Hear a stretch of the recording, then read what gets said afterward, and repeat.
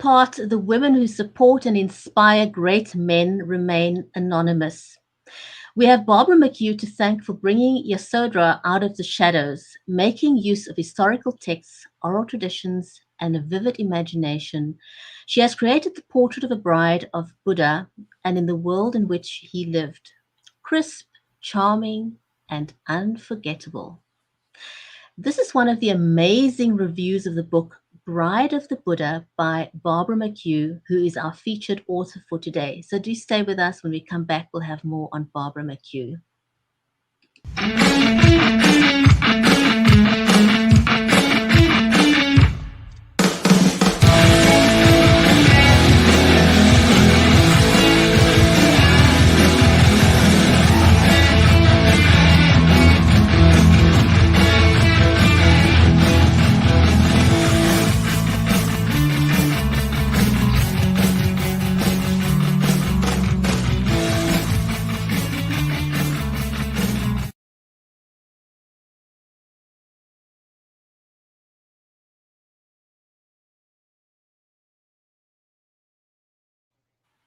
If you're just joining us, welcome to the Writers' Corner live show, where we help you elevate engagement and relationships with authors through live video.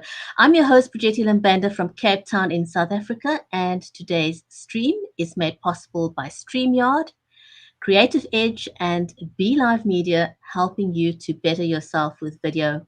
If you want to know when we go live, please go ahead and follow our Facebook page. And over on YouTube, please click the subscribe button and also the notification button so you know when we are live on YouTube as well.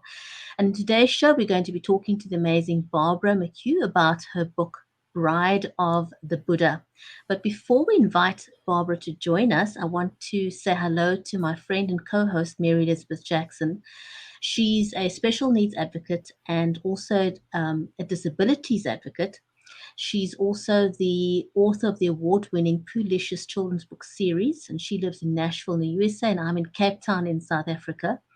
Mary's got 3 books available in the Poolicious series, as well as a CD.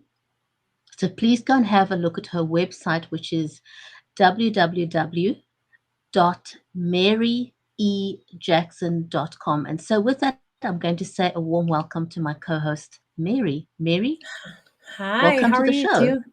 Thanks. It's so good to be here today. I'm so excited. And we are women, and we're celebrating an amazing woman today. And we actually celebrate all the women that we know, don't we? And it is important for us to empower each other.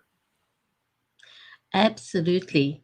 And Barbara is just one of those amazing women. She's actually got a PhD. Not many women have PhDs, and she's one of those women that do. And hers It means is she in worked religion and hard. literature. She's worked very hard, yes. Yes. So her PhD is in religion and literature from UC Berkeley, and she's also a graduate of the Theological Union in Berkeley. She studied Buddhism and also did extensive research into the Pali Canon, as well as she's made several trips to India while she was writing this book. There's so many powerful reviews about this book. It is just mind-boggling. But I don't want to waste any more time with that. I really, really want to just get her onto the show. So shall we invite her to join us on the screen? Yes, let's do it.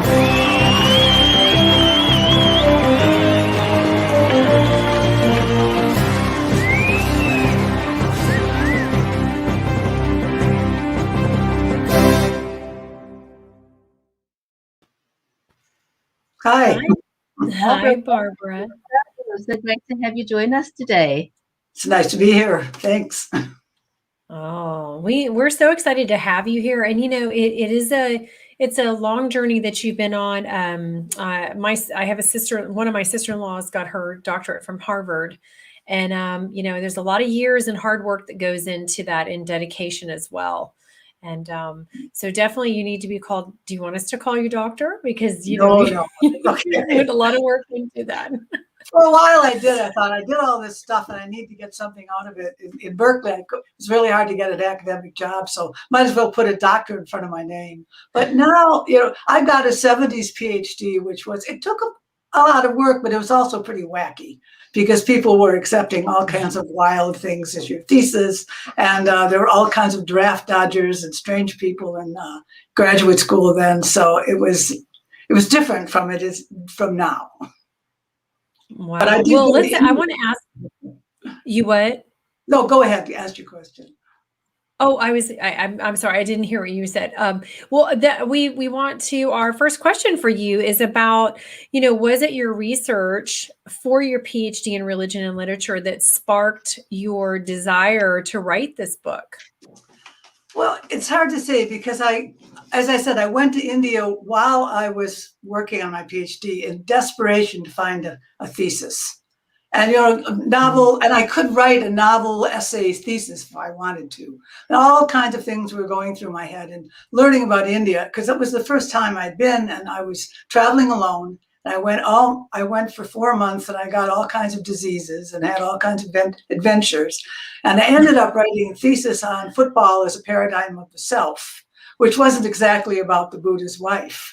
But I've got the spiritual enthusiasm if India filled me, for all of the poverty and pain and things you see. If you could appreciate that, India becomes a truly magical place. And so then let's say I was primed to do something like that. I didn't really get into Buddhism until the 80s. And then I started thinking about the Buddha's wife, and that certainly got me thinking about, well, did I want to do anything about that or discuss her or learn more about her? Because initially I was turned off to Buddhism along with a lot of other women because here's a religion that was founded by somebody who abandoned his wife and child. So I'm thinking, wait a minute, what is this all about? So exploring that story and the rationale for that myth got me started. Well, that's a good way to start.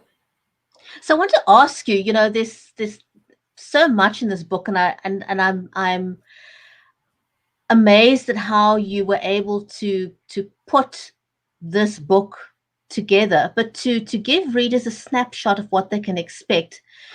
Could we ask you very nicely if you could read a prologue to Bride of the Buddha? Would you mind? No, not at all, because it's the first part that sets up the book, doesn't give away too much. Okay, I'll start. I won't leave without your blessing. Siddhartha whispered so softly, I wasn't sure he wanted me to hear.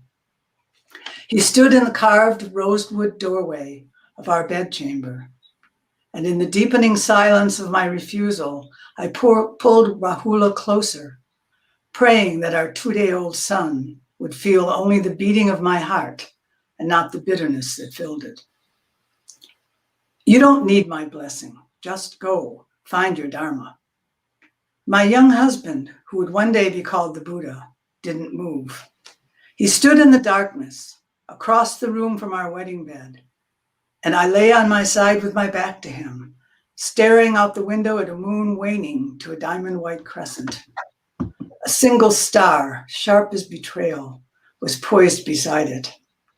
It was just before dawn. Rahula stirred against my collarbone, a small shifting warmth under this cool silk coverlet. My husband had named him Rahula, the common word for bond, but it also meant fetter.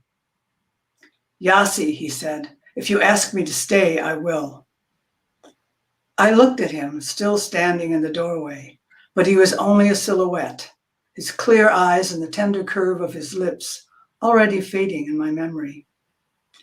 Perhaps if I'd seen his face and it had revealed a change, I would have begged him to stay.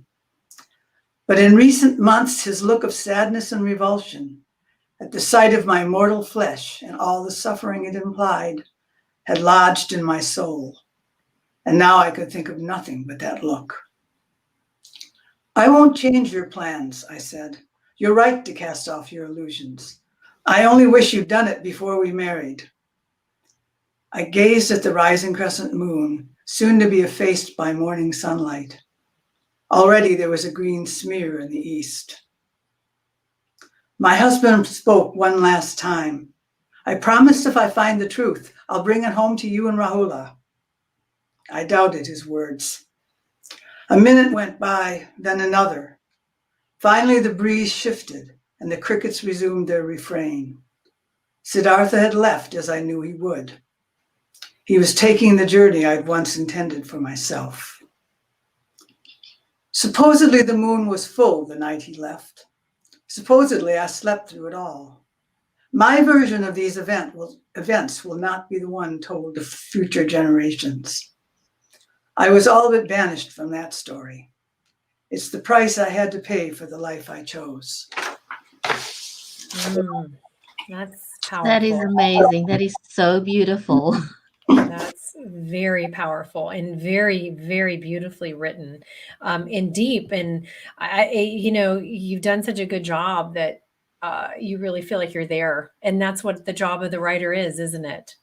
Well, that's certainly one of the jobs, sort of a prerequisite. You need to sort of feel in the scene, in the world of the novel. So yeah, setting the scene is very important. Absolutely. You help readers to reimagine the Buddhist disciple. Okay, I'm going to put my glasses on. Ananda as Yasodhara. Yasodhara. You told us how to say it, so well, can you? I probably mispronounced it Yasodhara because that's how it's spelled. If you want to call it Yasodhara, good for you. That's probably where we do it. Yes. So, you help the readers imagine her and the wife Siddhartha abandoned in order to seek the way. How did you balance because it's really tricky to balance fact and fiction. I mean, and what you just read us, I think it was just absolutely beautiful. So how were you able to do that? Was that one of your greatest challenges? Well, it's a challenge. And it's also not in a novel that's about a period that is not prehistorical, but the history is very iffy. A lot of what we're talking about is fact, is actually legend. So I'm not only balancing legend, I'm not only balancing fact and fiction, but also legend and fact. Wow. So I had the basic myth of the Buddha in my mind. And then as I went through stories, it was amazing. After a while, the stories just were there. And I went, wow, this just fits right into my novel. And so I used a lot of stories from the Pali Canon, which is the first set of scriptures of Buddhism. And it was orally transmitted for almost 400 years after the Buddha's death. So there was room for some people to make some changes in those stories. And I had to deal with what was a change and what wasn't, or what was not believed to be a change. But I worked a lot just with the power of the stories that grabbed me and fit everything together. The most obvious myth, for instance, is that Buddha was a prince in a palace. And this actually, he was the clan leader. His father was probably a clan leader, and maybe even just a prominent citizen in the city where he was born. So I made him the son of a clan leader, but I also sort of made his surroundings probably a little more luxurious than they might have been, to sort of give a little heft to the legend and sort of to bow to that legend. Because I think the basic legend of Buddhism is really important, that he was a man who left an ideal life to go on this quest. He wasn't just some wastrel who was spoiled by his father and, after a life of wine, women, and song, he just got tired of it and went to become enlightened. He had the love of his life. He had a son, which, as we know, in a patriarchy is the greatest thing you can do. But what he really came to terms with death, and he discovered it, his life became unbearable and he had to go on the quest. So, but it was really, I found it really fun in a lot of ways, when these stories would pop out at me especially about Ananda, because in the suttas themselves, Buddha's wife the name Yashodhara, and one of the reasons I can't pronounce it is that it's never mentioned in the suttas. That appeared years later in other legends. In fact, she is not mentioned in the suttas very much. And she, the last time she's spoken of is when she sort of gives her son over to become a monk to the Buddha. And the way it happens does not make her sound terribly happy about doing this. And in later legends, she becomes enlightened, and she has all kinds of, she's in one legend, she's pregnant for 6 years with the Buddha's child while he's off looking for enlightenment. So I had to sort of sift through these stories. And a lot of times when I hit these legendary stories that seemed preposterous or were interesting, I would have her as a narrator sort of write them off as rumor or hearsay. Well, people have said this, but da da da da. So I based as much as I could on these facts/legends. And a lot of the things about Ananda's childhood are pure fiction, but they are possible the way childhoods were lived back then, I think. And then a lot of the stories about Ananda were taken from the scripture. That is, I mean, how long did it take you to write the book? It's hard to say. It took me, because I did do research and I did live a practice.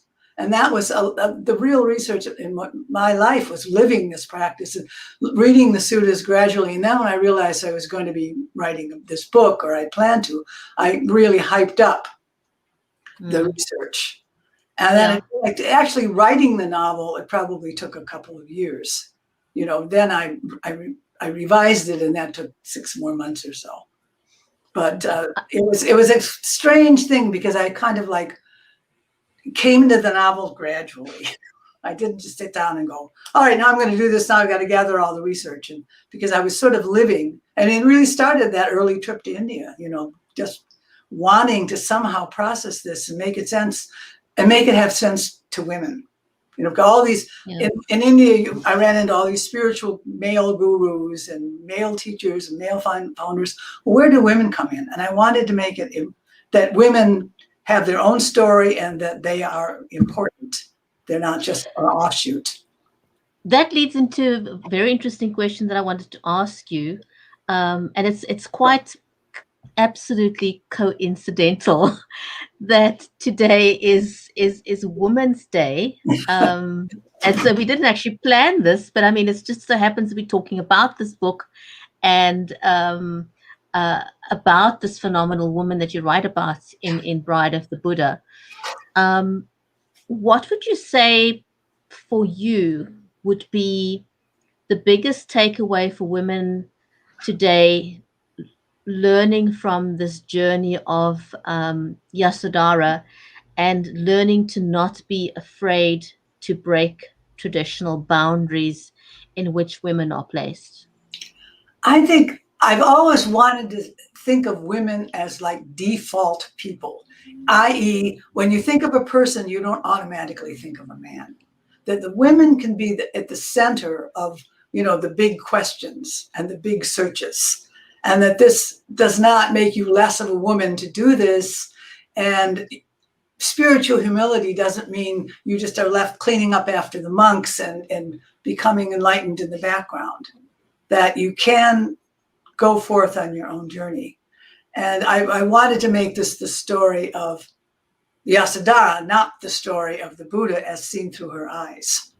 And another way of putting this idea of women being the default person is that I like to see everyone as characterized, but not defined by their gender, whatever the gender is. We can enjoy our genders, but we don't have to be reduced to them. And I think that's so important for everyone. That's a very profound way of saying it. I've never actually heard someone say it with such clarity, if I may. Well, that's been sort of an obsession of mine for many, many, many years. So, I've kind of thought about it and worked on it and wondered about it and wanted to, why. I can remember being a kid and listening to the the gun salute when Grace Kelly's children, I'm old, when Grace Kelly's children were born, and the boys got a 21 gun salute and the girls got an 8-gun salute. And I kept thinking, why? Why did we get 8 gunshots? What's going on here? Right. It's And very so, true. Yeah, there's this sort of lesser being that a woman is forced to be. And it's so contrary to when we were created. Women were never created to be lesser beings. Our roles are different. We fill different spaces in life, and the one isn't less or more than the other. And I find it hard that people can't wrap their minds around it, that we have complementary strengths to each other, and the one isn't more important or less important than the other one.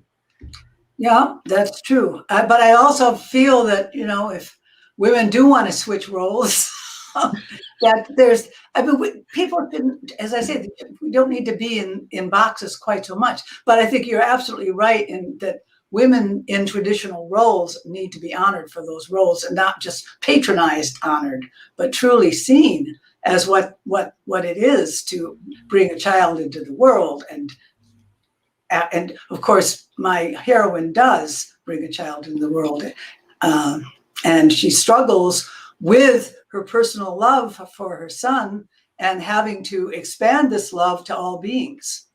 And it's something that I don't think they're easy answers, and I think different answers for different people. I think patriarchy came around partly out of a fear of death, and women and death and vulnerability got projected on women. And if you look at like the Middle East and the war cultures in the Middle East, when suddenly everyone was at war and the prime virtues belonged to a warrior, the best thing you could do would be kill people, and that is not, I think, where the human race can afford to go at this point. Oh, right. I think it's important. There are a lot of women I know right now that are very goddess oriented and doing that kind of a path. That's not quite my path, but I can sympathize. Right. It's becoming a very mainstream word more and more, is the path of a goddess. And women are short-sighted. I think one of the toughest jobs in the world is raising children. Well, we know giving birth is just monumental, but being a stay-at-home mom and managing everything is, it's funny how people, they almost look down at it like it's nothing. And it really is a lot of work. Tremendous. Right. Yes. I remember, actually, this was a man who said this, who said, child rearing is treated as a hobby. You don't get paid for it. You expect to sort of squeeze it in. It's like, wait a minute. Yeah. There's no hobby here. No, my hobbies are different. Yeah. But so will Definitely not. Will you do another book for this? I don't know. Right now, I'm working on a book set 2,500 years in the future about a planet, a part of a planet, post-apocalyptic planet run by women. So I'm not sure. I've been so immersed in Buddhism now, I may end up returning. But since it's the whole story of her life, it would be, I don't know how I would manage a sequel. Right. Would be interesting if it would take quite an interesting twist to pull that off. Right. Yes, it could. Who knows? I mean, I've thought about another interesting thing is that King Ashoka, who was the first Buddhist king around 250 before the Christian era BC, his daughter, he sent his daughter and his son, but he sent his daughter specifically to found a monastic order in Sri Lanka. And Sri Lanka is really where Theravada Buddhism got started. So, I don't know what I know about her. That could be interesting. That is very interesting. Sort of Barbara, where can people find you? My website is www.barbaramchugh.com. It's going by on the ribbon, so that's where people can connect with you. Yes. And I think you've got a Facebook page as well. Is it right? Yeah. That's. So do connect with Barbara via her website that is in the ticker down below. That's where you can find out more about her. And your book is on Amazon, right? Yes, and local bookstores. And if your local bookstore doesn't have them, order it from your local bookstore. Encourage them. I'm trying to encourage local bookstores too. Absolutely. Absolutely. That's very important. And do you have an ebook out? An audiobook? No, I don't have an audiobook out. It is out on Kindle. Okay. But I don't have an audiobook. That'll be next. You need an audiobook. There's a lot of people who love to drive and listen, right? Instead of reading. I'll take that to heart. It certainly has become a thing, this, the audiobook since the pandemic. I've noticed a lot more people are tending to do audiobooks than before. It's become more of a serious thing. But anyway, Barbara, it was amazing having you on the show. And thank you for that wonderful reading of the prologue to your book. It's you certainly have a way when you read, you kind of just captivate the audience, and you get carried away. So I really enjoyed that, and I want to say thank you to you, the audience that have joined us today. Thank you to the audience on Twitter, on LinkedIn, on Periscope, on Facebook, on YouTube. It has been amazing that you could join us today, and we ask that you do share this, because this really is a great book. And do go out and get the book at your local bookstores and also on Amazon. So thank you very much for watching. Remember to write good stuff, to be inspired, one conversation at a time. And if you want to know when we're going live, then do follow us on Facebook. And on YouTube, please click the notification and the subscribe button. And we'll see you again back next week on the Writer's Corner live show. So thank you for joining us. And Barbara, once again, thank you so much. It was great having you as a guest today. And thank you.